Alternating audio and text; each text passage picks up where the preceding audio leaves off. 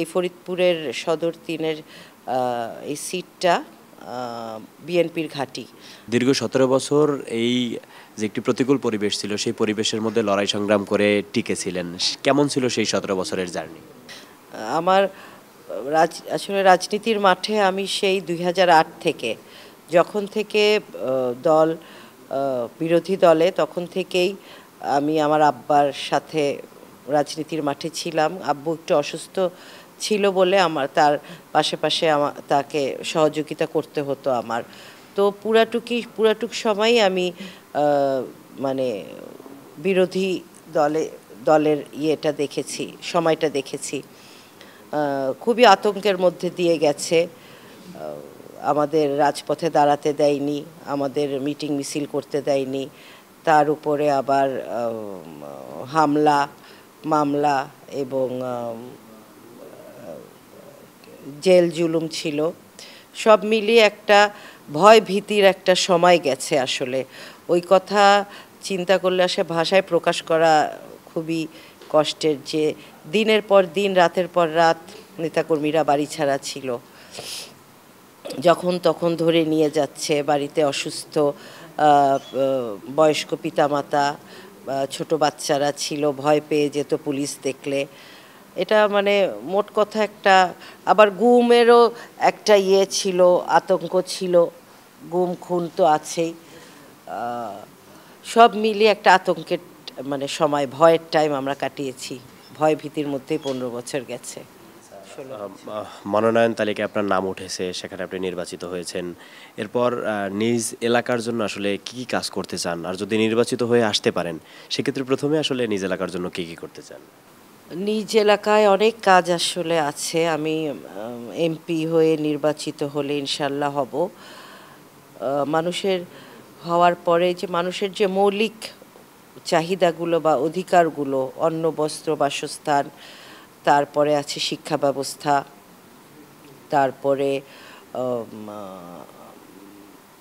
যে আপনারা জানেন যে ফরিদপুরে নদীমাতৃক একটি এলাকা, চর এলাকা আছে, তাদের জন্য অনেক কাজ আছে। যোগাযোগ ব্যবস্থা, চর এলাকায় যোগাযোগ ব্যবস্থা উন্নত করতে হবে। তারপরে আমাদের ইউনিয়নগুলোতে রাস্তাঘাট ঠিক করতে হবে, যেটা এত বছর হয়নি।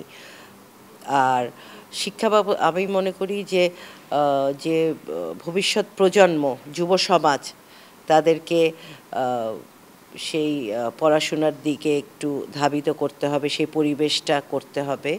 এবং মাদকের খুব বিস্তার ফরিদপুরে আমি দেখি, সেটা আমাদের বন্ধ করতে হবে, সেটা চেষ্টা করতে হবে, জিরো টলারেন্স।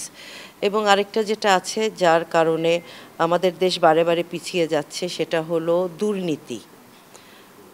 দেশের প্রতিটি সেক্টরে আমি দেখি যে দুর্নীতির ব্যাপারেও আমাদের জিরো টলারেন্স করা উচিত।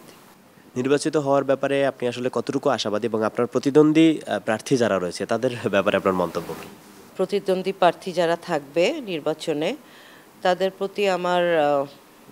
প্রতি আমি এতটুকু বলবো যে নির্বাচন কমিশনের যে বিধিমালাগুলো, সেগুলো মেনে চলা উচিত, এবং লেভেল প্লেইং ফিল্ড থাকা উচিত নির্বাচনে।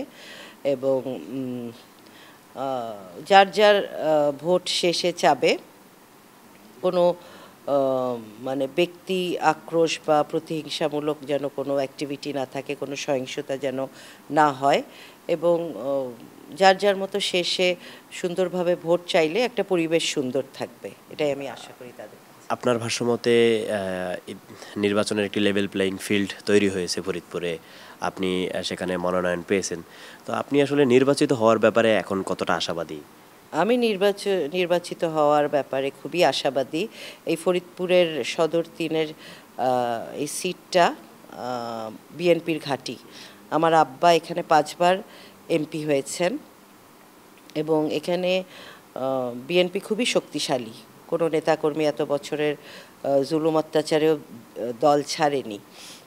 তো আমি খুবই আশাবাদী, কারণ ফরিদপুরের মানুষ বিএনপিকে ভালোবাসে, এবং আমার আব্বাকে তারা ভালোবাসেন, আমাদের পরিবারকে ভালোবাসেন। সেই হিসেবে আমি খুবই আশাবাদী, এবং আমি এই 15 বছর এই দলের বিপদের সময়, খারাপ সময় আমি ফরিদপুরবাসীর সাথে ছিলাম, নেতাকর্মীর সাথে ছিলাম।